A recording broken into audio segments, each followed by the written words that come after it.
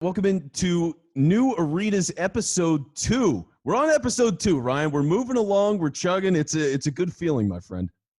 Well, I'm still here in Portugal. I heard you last night on the radio talking about what kind of tech are they going to use to identify what 15,000 fans can come into the stands. We're going to have some of that later on. I'm excited for the 3 startups that we have today coming on the program. As you know, we've been going through over 1,000 applications over the last 2 weeks. I've had over 55 one-on-one interviews, and we have about roughly 25 coming to the program on Monday. Today we have 3 coming on the show that I've kind of handpicked just to start to talk about. I think they're all 3 are different, unique, and different levels of maturity. One of them is going to be Nick Goggans from Pumpjack Data Networks. They do a lot of work with the Dallas Mavericks. A mature sports tech company. Then there's a startup out of Toronto, Elias Andersen, who actually has a new product that on your phone on the app, we're going to hear all of us cheering from our home seats since we can't be in the stadium. We're all going to sit at home. It's awesome. Called Hear Me Cheer. And then another one is a friend of mine from New York, Adam Jones, who's CEO of VICI Fan Fest, which basically allows you to create a virtual tailgate party at home or a corporate suite at home, allows you to not be in the stadium, but feel like you're getting some exclusive content. We'll hear from all 3 of them today, but all 3 are just 3. I mean, all 25 are going to be great. I'm not saying these 3 are better than many others. I'm looking forward to all of them. Just to recap, the program, we have 12 partners in the program, Vince. So it's the Golden State Warriors, the Miami Dolphins, the New York Islanders, the Toronto Blue Jays, LAFC, so all 5 sports in America are represented. Then we move over to Europe. We have Paris Saint-Germain, one of the largest football clubs in the world. The Belgian national team, which is #1 FIFA ranked in the world. In the UK, we have an English Premier League team, Leeds United, being promoted to the Premier League. And we have a famous broadcaster, 11 Sport. Head down to Latin America. We have River Plate, Argentine soccer powerhouse, one of the largest clubs in Latin America. And then we even move over to Australia, and we have Tennis Australia in the mix. So basically 12 partners. The whole world is covered. Yeah, and by the way, because I should have done this up front, but I'm Vince Quinn. I'm with CBS Sports Radio. That's Ryan McCumber. He's the CEO and founder of Sports Tech AI. So Ryan, because we're talking about all this stuff, and basically what we're doing for the next couple of episodes, the next couple of weeks here, we're covering the Hype Global Virtual Accelerator, which you're involved with. And we had Amir Rave, who is the CEO and founder of Hype, who's running this whole thing. So we talked to him in episode 1. And now all of these companies that you're talking about, the 3 that we're going to have today, the 25 total that are in the pool, talking with all these teams, they're basically going through a sort of reality show matching process, if you will. So just for the people who missed it in episode 1 when we talked about it with Amir, just quick summary of now that these people are in the program, what is it going to be like for them? Yeah, so they're not quite in the program. They signed an agreement to get in the program. They're all coming on Monday. It's all virtual. We have startups from around the world. So 25 will be there. And we're having 1-hour sessions with each of those partners. So 1-hour session with the Miami Dolphins. The Dolphins will talk about how did they react to Corona? How is the NFL coming back? What's their plan? And more importantly, what are their key issues? What are they trying to solve for? What do they need help with? We'll do that times 12. And then the startups will all listen, ask questions. There'll be a Q&A with all the startups. And then on Thursday, there's going to be the pitch competition. And this will be open to the public. So anyone can watch all the pitch competition. It's going to be around lunchtime on Thursday on the East Coast. Each startup will have roughly 6 minutes to pitch their idea, kind of like a Shark Tank style. And then the audience, those 12 partners, will ask questions for 4 minutes. And then we'll move on. So it's just pitch after pitch after pitch. And then those partners will take back the videos and go share it within their own clubs. So let's use the Miami Dolphins.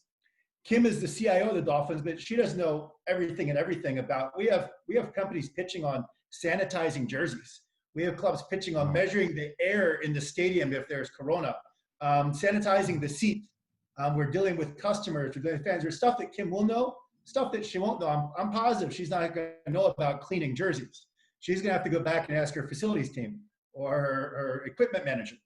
So we want them to spend a day or two. And then next week, we're going to have almost like a selection Sunday for the NCAA tournament. We're going to have a show live We'll do maybe a sideshow afterwards and talk to some people on, they got selected, didn't get selected, but Yeah. each partner is going to be selecting roughly 5 startups. And if you're selected by one of the 12, you're in the program. If you're selected by all 12, happy days, you're going to have a hell of a lot of meetings moving forward. You work your way forward for 3 or 4 weeks. Actually, week 6 is the final pitch. Let's say the Dolphins had picked the 5 startups. Those 5 now go head to head for the next 5 weeks in meetings and business meetings and putting forward what a pilot could look like, what a proposal could look like specifically for the Dolphins. And then in week 6, there'll be a panel of Dolphins. So maybe it's the CEO, the COO, Kim, and some others. And those 5 startups that they selected will give their final proposal. And one of them will be a selected winner. There's going to be 12 winners. There could be more. But in essence, there's 12 pilots up for grab for these startups. Yeah, so the whole process sounds fascinating. And you've been calling it what, a shark seller? Yeah. Shark leader. So it's a combination accelerator, Shark Tank. It's a beautiful thing. So, and that's why I'm glad we're doing this, because it just, like, I didn't know anything about this stuff. And you're telling me about it. And I'm like, I don't know what a global accelerator is. I don't understand any of this. So to have the chance to actually find out, because we got all these different companies with all these different ideas, and it's stuff we're going to see at the ballparks. It's stuff we're going to be dealing with at home. And so to just get ahead of this in a way as a fan and kind of learn that this stuff is on the horizon is just a really cool thing. And again, that's why we're called New Arenas, baby. New Arenas episode 2. We are powered by Fist. And with that, I guess let's get to our first guest. Okay. So Vince, the first sports tech company in the accelerator that we have coming up, I'm really excited about this one. It's Nick Goggans from Pumpjack Dataworks, sorry. Nick is the CEO and founder of the program. They do some work with some amazing clients, Dallas Mavericks, Vince, our team, the Philadelphia Eagles, Inter Miami. Yes. Nick is definitely one of the more mature sports tech companies beyond a startup phase. He's even a mentor to Stadia Ventures, which is one of the leading accelerators in the US. So Vince, let me introduce you to Nick. Well, yeah, and Nick, thanks for taking a couple of minutes. Really excited to have you, especially now that I know you're working with the Eagles. I'm very excited to have you on. Yes, I have to put my side of being a lifelong Dallas Cowboys fan. Oh, we had such a good start. Hey, fly Eagles fly, as far as I'm concerned right now. Oh, that's so great. All right, so Nick, I mean, for me as just, I'm a sports talk radio host. Like, I don't know about Pumpjack Dataworks. So tell me about, like, what do you guys do, and what, like, how is that relevant to me as an Eagles fan? Yeah, well, it's really about the data, and how can all of your connections with the with the club or team, in this case, as everything becomes digitized, right? So you have a digital ticket. You get to the stadium. Can you have contactless purchasing where you're buying a beer or a hot dog, and then on your way home, is the broadcast in your phone, and does that help you get an Uber, all that sort of thing, and also if you're at home or if you're at a bar, how can we connect and connecting all of that data so that it's seamless for you as a fan, and then on the for the team, it's how can we bring new technologies, new fan engagements that augmented reality, virtual reality, other kinds of things that are just right here with maybe some more 5G capabilities to come to the fans. But there needs to be a new kind of economic structure to help those come to the fans. And so we're kind of helping the team collect all this data to be able to use it the most effectively, so all these things are working seamlessly. Okay, so well, go ahead, Ryan. Yeah, to clarify, we're talking beyond the app. This is not just a club app. This is all the data throughout the whole club, right? Yeah, and the stadium. I mean, think of it, at the stadium level, it's connecting, the Wi-Fi to the ticketing system, to the POS system where you buy something, merchandise. That's extended then, from the home perspective of the different kinds of data, and if you've got the broadcast feed, if there's over the top, in some of our clients where there are different broadcast rights where some of that is coming through the, maybe in golf, we've had those experiences where we might be watching the US Open or the Masters on the website, and, just information that, yes, more people are doing that. how does that become seamless, or where can I get, different radio broadcasts, on those sorts of things. So if I'm a fan and I'm walking around the stadium, basically everything I'm doing is connected to what the team is analyzing. Is that pretty much what's going on here? I'm just I'm trying to get a feel for it. Like for me, if I'm walking into the stadium, because you mentioned like getting a ride, right? Like an Uber or Lyft. So like, what exactly does that experience look like for me as a fan? Yeah, well, it could be a couple of things. I mean, if you're taking, for example, if you have two different engagements, if you're driving or if you're taking public transportation or an Uber or something. So all those different things based on, what your needs are, if we're seeing, different behaviors or different wants, right? The team can then start to work deals with the public transit. And, we've done some things where, we've seen that, people that are coming earlier to Mavericks games, there's a higher index that they're coming on the public transit system. So where the public transit, once more riders can, load a free ride on the ticket, on the digital ticket, those types of things can kind of happen, right? Wow. And all this, the key of all this is that, as a fan, you can raise your hand and say, I would like this to happen. I would like, I would like to use public transportation. That's a benefit to me. Or maybe discounts are more important for kids things for my family, or it's different. But it's just trying to set basically across what are the personas within the fans. There's all different kinds, and even me as a person can have different personas, right? I can come as a businessman who's bringing clients to the game. That's one persona that I have. Another is me as dad, and I'm bringing my kids. That's a totally different experience I want with the Eagles in this case. Third might be, I'm with my college buddies. That's going to be different than, Yeah. So, three different fan journeys and three different personas. Yeah, exactly. And then, imagine how that changes with place, right? So in all those three different personas that I want to engage with game time, those stories were if I'm going to the link. Now, what if I were at a bar, and then, well, what if I were at grilling out at somebody's house? Those personas of which hat I'm wearing at that point change how I might want to engage with the content, and also how I want to share that content, with either who's immediately with me or who, I'm talking to in, social media or a text string or WhatsApp or whatever. Wow. So, okay. So this is incredible. So I go into a stadium, and for me, like I'm a 30-year-old guy, just to give you some background on me. So I'm a 30-year-old guy. I show up with a couple of my buddies, and they know if I show up, I like to have a couple of beers, maybe I order a couple of cheesesteaks, whatever I'm doing. Maybe I buy a shirt, whatever it is. So they've got an idea of what I'm doing when I'm there. And then as a result, they can sort of connect me or point me in directions that are either going to get me better deals or just more or at least access or put things that are relevant to me in front of me. Is that how it's going to work then? Yeah, it's just understanding certain things of your preferences, right? So let's take the cheesesteak game, right? So yeah. we would not want to send you to Pat's if you're a Geno's guy, right? Or Wow. or if you're saying, well, I've also heard the argument that the real guy is neither of those. There's another one, right?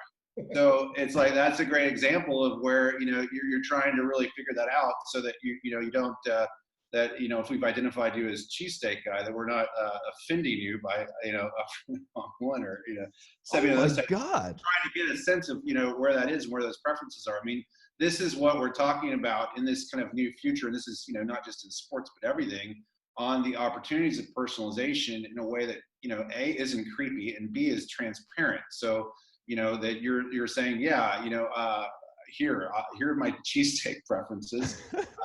Now I'm giving this understanding that you're going to be able to do something with that, and if you don't do something with that, then I'm gonna take it away, right? And that's, I think, what as consumers in really in everything right now in the internet, where we're right here before where this is, where we're really getting these kind of delightful experiences happening. And, it's been a difficult challenge on the data side to try to provide these things. And I think we're getting close with where technology is and also where expectations in this case of fans, what we can do. And I think, digital ticketing is a big part of it, but that we've seen, I think for everybody, makes things way easier, like just sharing tickets with who you're coming to the game with, for example, way easier, just to send it over to somebody else or something like that through an email. So Nick, given we get kind of what you do and basically taking large data, personalizing it, customizing it, surprising and wowing the fans. Why did you apply to this accelerator, and what are you hoping to get out of it?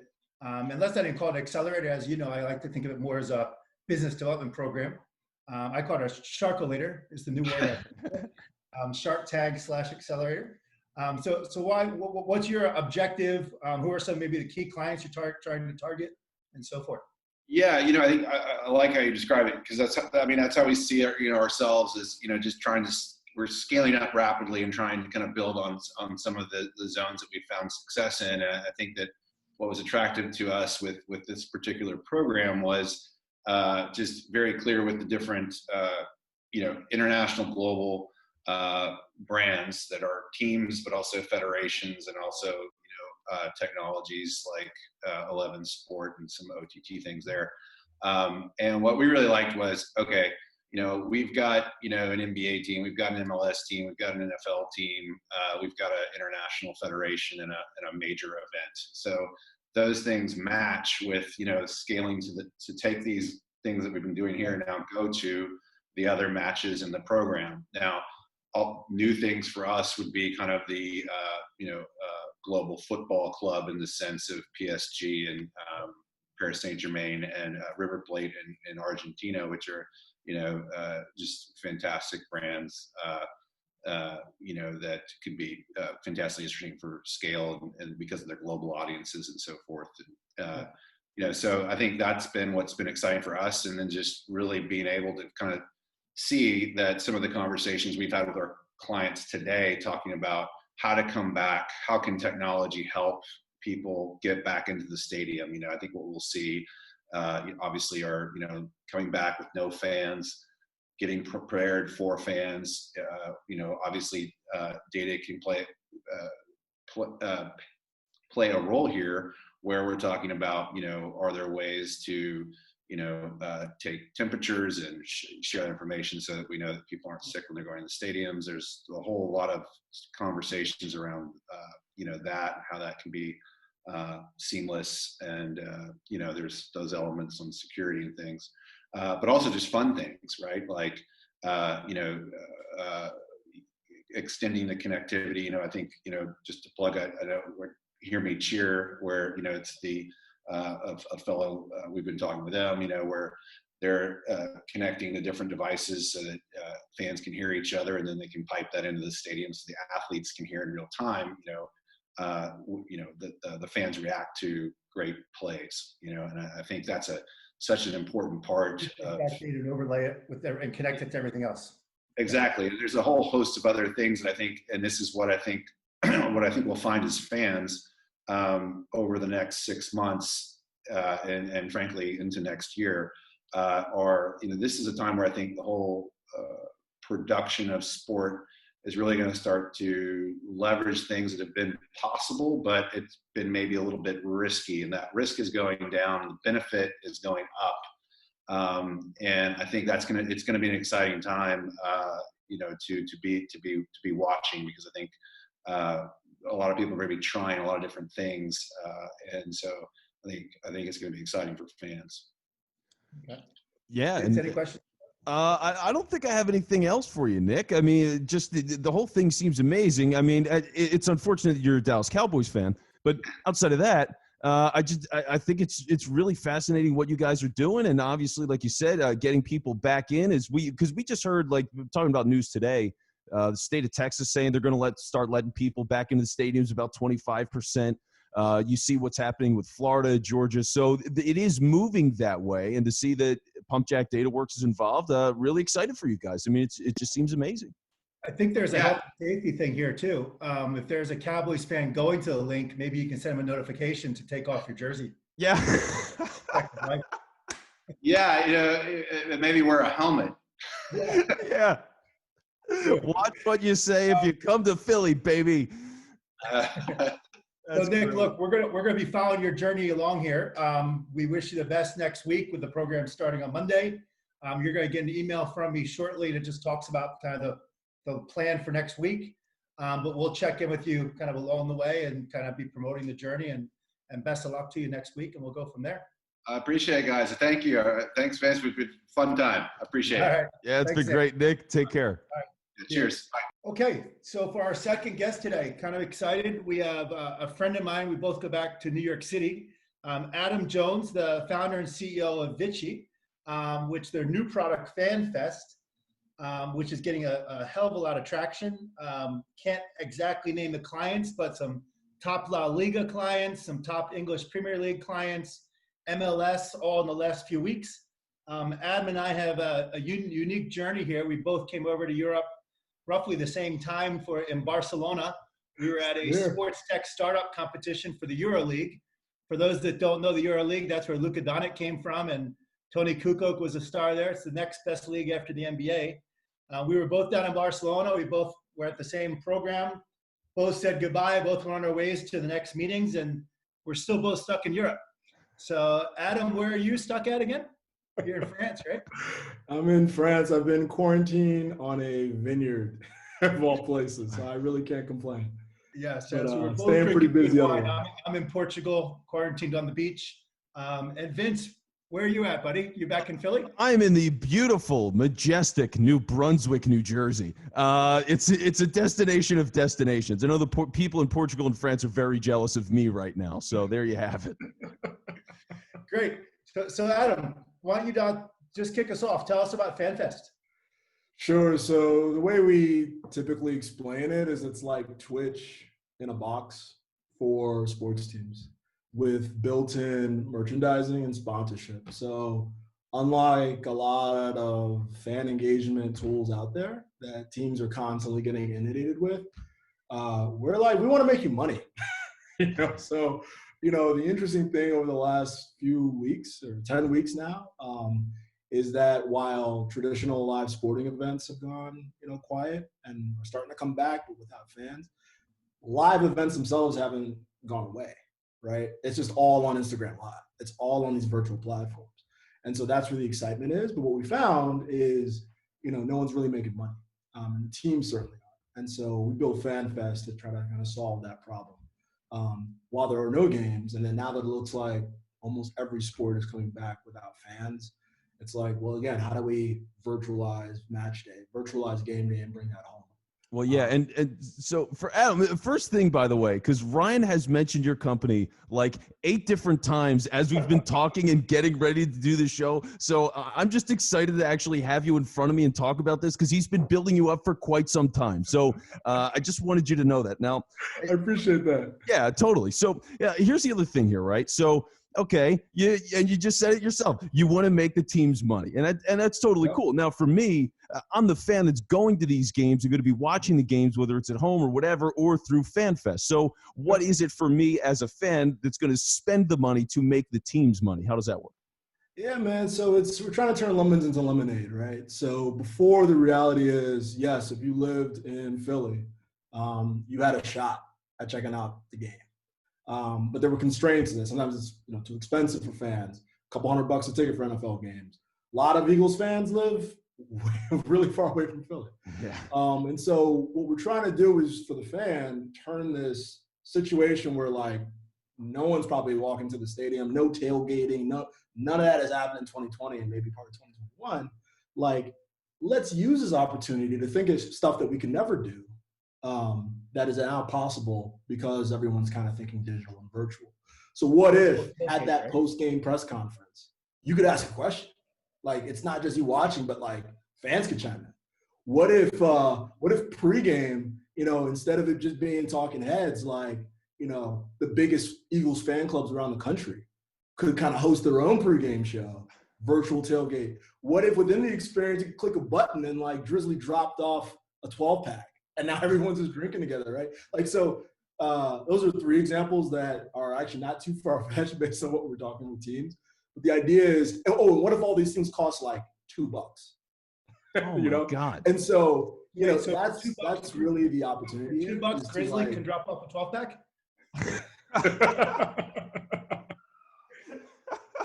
I will personally deliver your 12-pack, right? But you know, that's how we're thinking. It's like, you know, yes, this is a, you know, very challenging moment for the industry.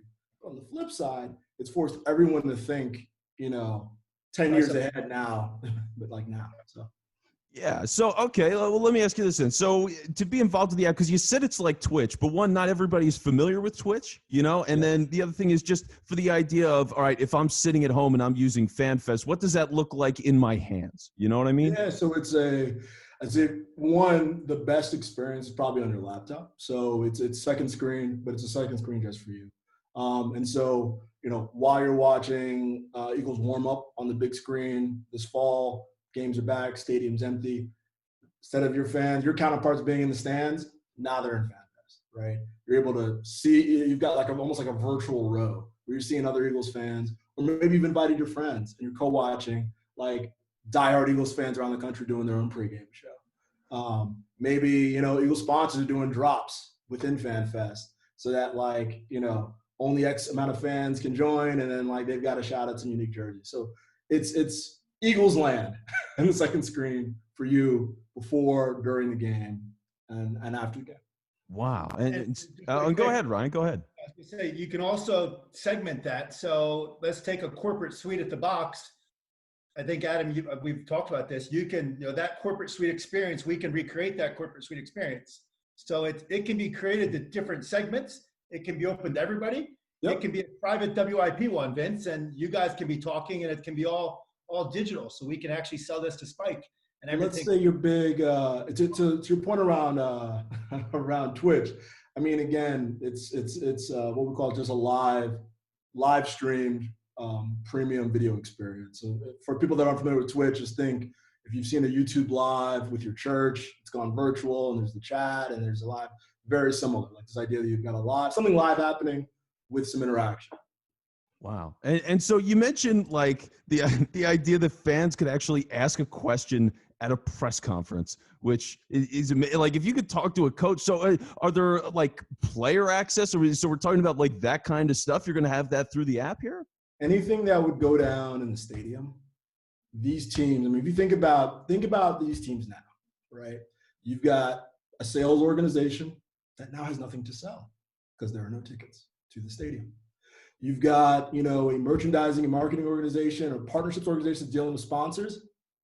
I mean, yeah, there's some assets there's some logos on the screen, but it's not the same, right? So you're not, for all these different parts of the organization, they're figuring out how the heck do I do my job with an empty stadium?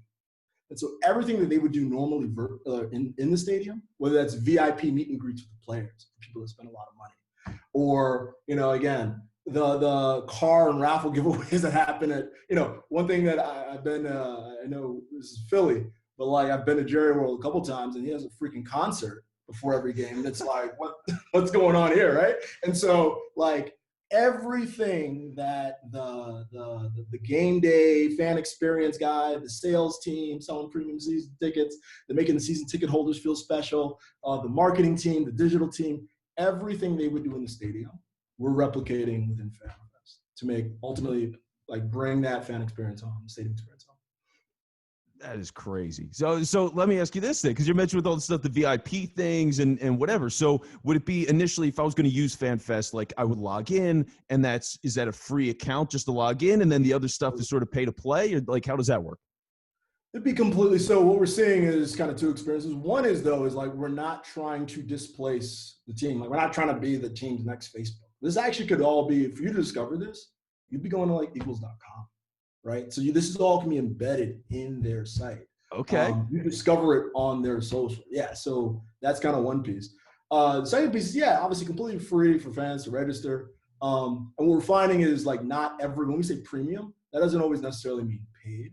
So in many cases, like their sponsors want to get involved and you know, create special experiences for their fans, whether that again is a VIP meet and greet or some kind of exclusive merchandise drop that happens at halftime, et cetera, et cetera. So it'd be kind of a blend of the two. But for fans, man, it's the other thing that's going to be interesting though is we may create certain events that only have X amount of tickets. That's the other piece. Is like we say premium, it's like exclusive, you know. So just because it's virtual, that doesn't mean we're gonna let 1 million people in. Maybe it's only the first 10,000 diehards that are waiting at midnight to like get in. So again, we're trying it the same way a lot of the same behaviors around the stadium, trying to replicate in FanFest so that ultimately the teams can monetize FanFest similar to the stadium. Yeah. Wow.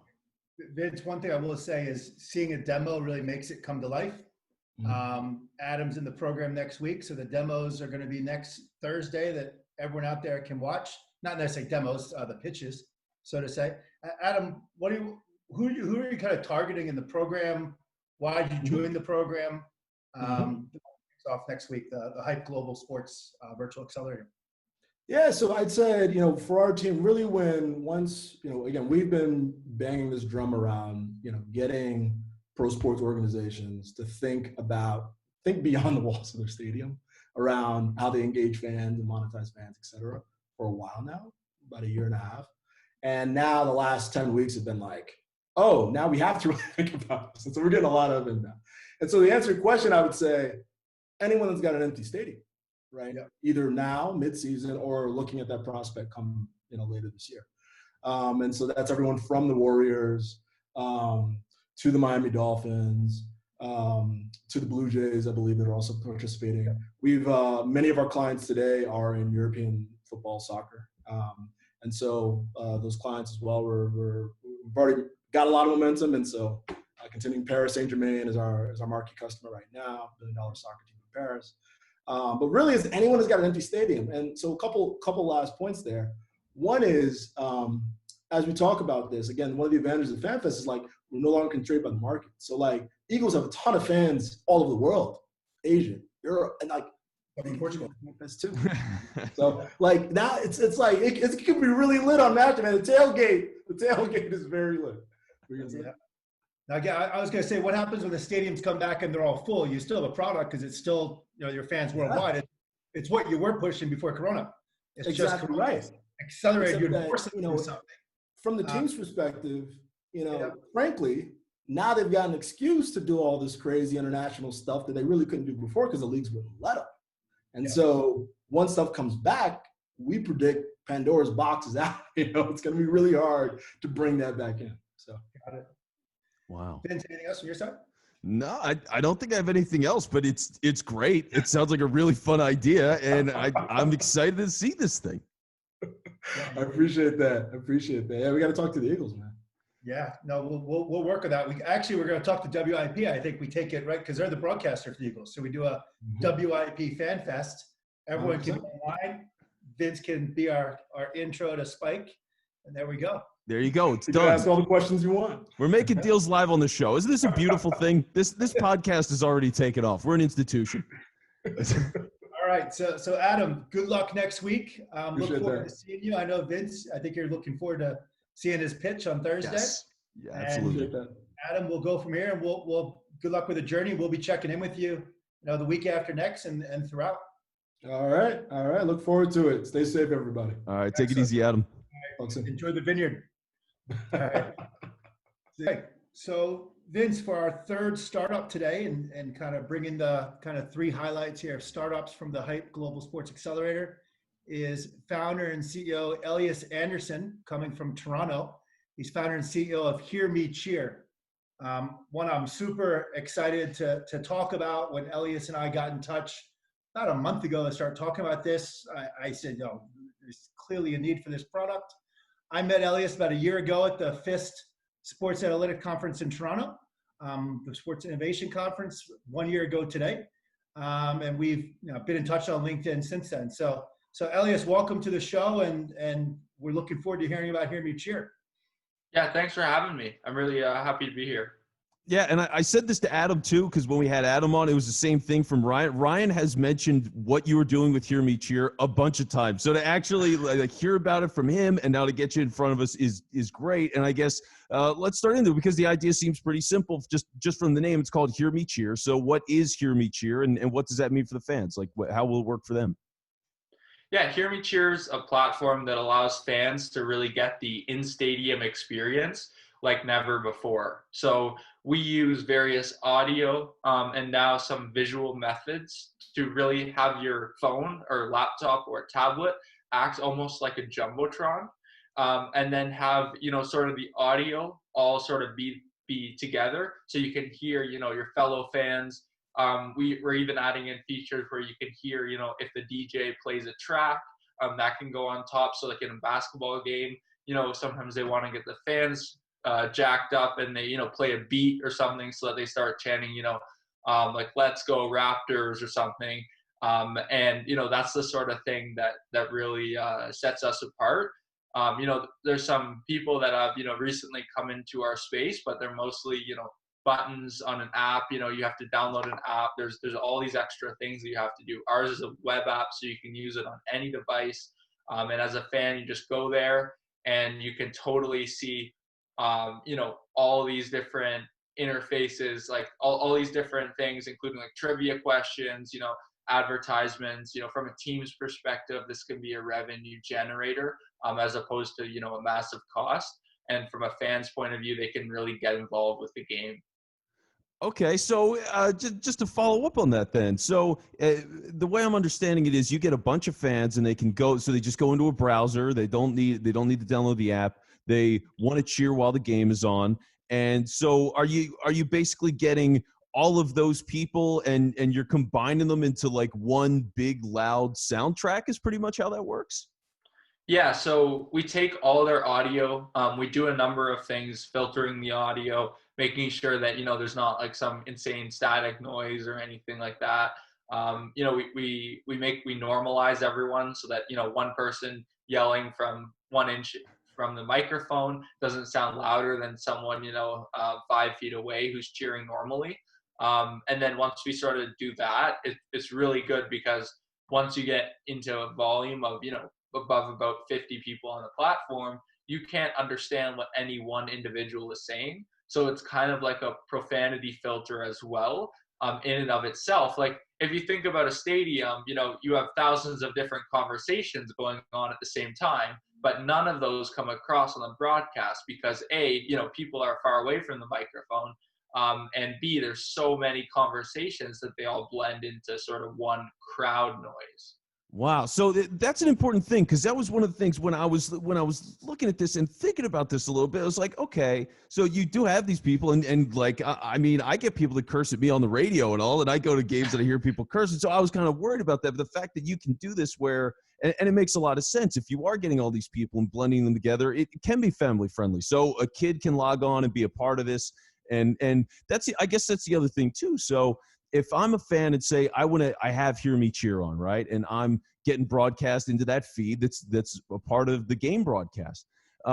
As that is happening, can I listen to that at home? Can I hear the other people? Is it strictly if you're using the app, it's, you know, that you're a part of that noise that's going into the stadium? Yeah, so there's a few different ways that we sort of get our volume across. So one is in stadium. A second way is on the broadcast. So we've been in talks with a lot of different major broadcasters to put our audio back into their broadcast. You know, the Bundesliga games have taught us, you know, one thing is that, you know, sports don't really work without having at least something there. There has to be, you know, at least some audio, or else it just seems like a over 40 scrimmage beer league type event, you know. And I think, you know, the world-class product on the field really, you know, has that taken away, if they don't have any audio for the fans to listen to. I mean, I'm a huge Bayern Munich fan, but I wasn't able to even sit through a full game without fans. You know, it was tough. And I think, you know, a lot of fans had that similar feeling that I did. Okay, so I hear you on that because it is a strange thing to see. I know the broadcasters do want the sound that's a part of the broadcast. So here's the other thing then. So because obviously right now, I mean, it's an easy layup time for you to get this kind of product out. So did you just come up with this? How long have you been working on this idea for? Yeah, so I take a step back here. I'm the founder of Champ Tracks, and Champ Tracks is a player tracking company, primarily, and Champ Tracks, you know, is the owner of Hear Me Cheer. And basically what happened was in March, we were, in Arizona pitching a bunch of MLB teams on our player tracking system when we were going to games and spring training, and then everything got canceled, and we realized, now, teams, well, originally it was supposed to be, the Golden State Warriors were even going to play a game before the NBA took a break with no fans. So we were thinking, how can we improve that experience? And then, that didn't end up happening. The season got shut down before that. But in reality, the problem still lied, in the fact that events were going to come back without fans. And people have kind of known this for a long time. So March 20th or so is when we really started working on the product. And now we have more than just a proof of concept or a test, but we've actually gone out and signed a few teams that we're hoping to announce in the next couple of weeks. And Elias, the NFL draft, you did a test, not a trial, it was live during the draft, right? You want to share some of that details with the draft, what it was for the draft? Yeah, so we did a open to the public test for the NFL draft. And that was our first live, public test of our solution. It was more of a beta release. We had still some issues, obviously. And, we worked through those since then. And we've just continued to work on our audio algorithms. I think that's what really sets us apart, is the way that we sort of handle the audio from a per person perspective. We do various things, like, for instance, we actually have this Facebook feature where users can actually, cheer along with their friends. If they sign in with Facebook, they can actually make their friends seem louder as if they're sitting in the same row. So like I said before, we're really trying to create this whole new fan experience as if they're actually at the game. So real quick, so when the Eagles score a touchdown, Vince is in Philly and I'm here in Portugal. We both sing the song Fly Eagles Fly. Do I hear everyone hearing it? Do I in unison? Is that the idea that we all sing and I can hear it just like I'm at the stadium? Yeah, so from a team perspective, the team can post a GIF, a video, or anything, and that video or GIF will be, like almost like karaoke, where it shows you what word to say and when, and that really syncs everyone up in perfect sync. And awesome. Then you can hear it on the broadcast. And then if the teams don't actually want to put the product onto the broadcast, that's fine. The audio will actually come back out of the device that you're using. So whether you're on your laptop or your phone or your iPad or whatever, that's where the volume would then come out, and you can actually personalize your experience then with what I'm talking about with, having some of your friends turned louder and all these other additional benefits. Me at home, I can hear everyone cheering. Is there thoughts to also pump it into the stadium? Yeah, so from a player's perspective, there's a lot of benefits with, feeling the full energy of the fan base. And, we've done a lot of cool stuff, especially with football clubs in Europe, because oftentimes they have a visitors section, and they have, a hardcore home supporter section. So we can actually, create those sections and pump those sounds directly into those sections. So the players almost feel like nothing has changed, except, there's not thousands of people in the stadium with them. Wow. Now, something I got to go back to real quick. So having the words for the fight song and all to sync everybody out, like that kind of thing is amazing. Because here's the other, like when I'm at the games, because let's be honest, it's the third quarter of a football game. People have had a couple of drinks. Some of the words get a little bit lost. Some of the people don't necessarily have rhythm to begin with. And so if it's going to sync them up, I like that idea.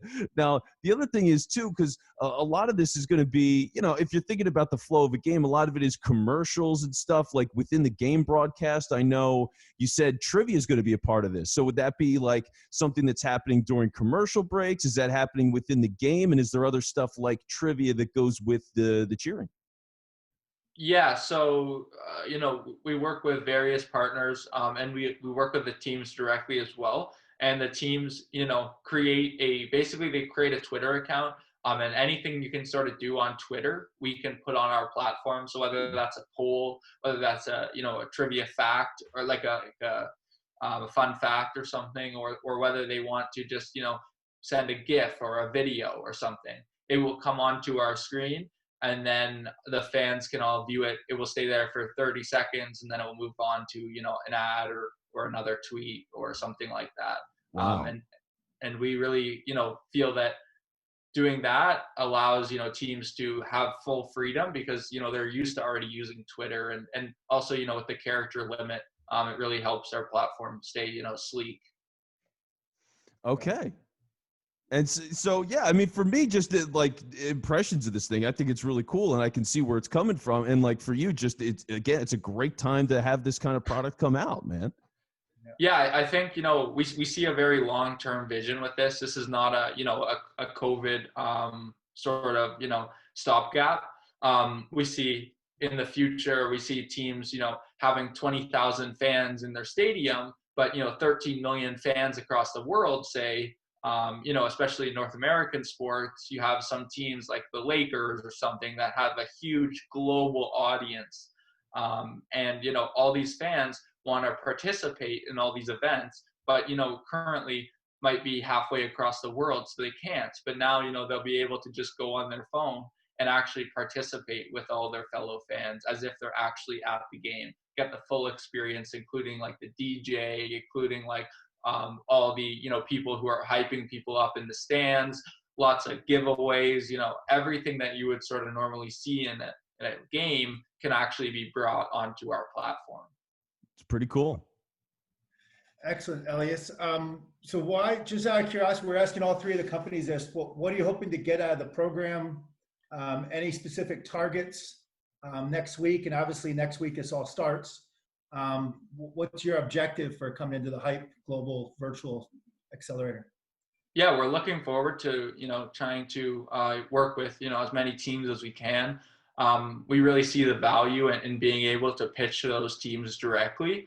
And I think that's the inherent value that, Hype brings over any other accelerator even, is that ability to have actual clients in the program, which is a really cool aspect. And I think it's something that are committing to do a pilot. Yeah, exactly. Yeah. So then, all of a sudden these, each of these teams is going to get a great pilot from one of the fantastic companies that are in this program. Excellent. So we're going to be following your journey. Wish you all the best of luck next week and next Thursday at the pitch. If you're successful, you come through, we'll be touching base with you throughout. And like I said, our goal is to talk about the journey and how it's going. Maybe have towards the end, let's say maybe it's the Dolphins, the Blue Jays, whatever it may be. We'll be talking on here about what we're trying to do for those fans. And then I just want to ask you one more thing before we close out. If we were watching, let's just say a Raptors-Sixers basketball game, and the ball happens to be bouncing on the rim, is there any way we could all just like freeze or go and guff? And how does that work? Because I can imagine, I want to hear people just like, I always would take the wind out of what's going on, and I don't think I said anything when that happened. Well, it's very it'd be a very strange situation, in basketball, because that kind of play doesn't happen very often, and it just happened last year. So for it to happen again would be pretty incredible. You had to bring that up, didn't you? You had to bring, you just wanted to stab me in the heart. I don't know why you needed to do that. That hurts, Ryan. That hurts. I thought we were friends here. Believe me, I'm a diehard Sixers fan. I was just curious what happens there. Don't worry. Toronto sports has had their fair share of collapses in the last 6 years. Let's just put it to you that way. Fair enough. I was at the Vince Carter game when he missed the shot in Philly. So a little bit of payback you had for us there. So that goes back to. Well, Kawhi didn't go to his college graduation. So yeah, that's why. There you go. All right. Elias, best of luck to you. Best of luck to hear me cheer. Amazing product, awesome idea. Excited for this to take off. So thank you very much for having me. I'm excited. Yeah, thanks for coming on, man. Good luck to you. Yeah, thank you very much, Vince. And with that, thanks for watching New Arenas, listening to New Arenas, episode 2. I'm Vince Quinn. We are powered by Fist. And coming up this week, we're going to give you information on how you can watch the presentations for all the different companies that are trying to get in this global virtual accelerator from Hype. We're going to give you the information to watch. You will see what they are presenting to members of teams all across the globe. So if you want to watch that, we will have that for you. And we'll be doing some interviews following up all of those presentations. So stay tuned for that. Again, I'm Vince Quinn for Ryan McCumber. This has been New Arenas powered by Fist. We'll talk to you soon.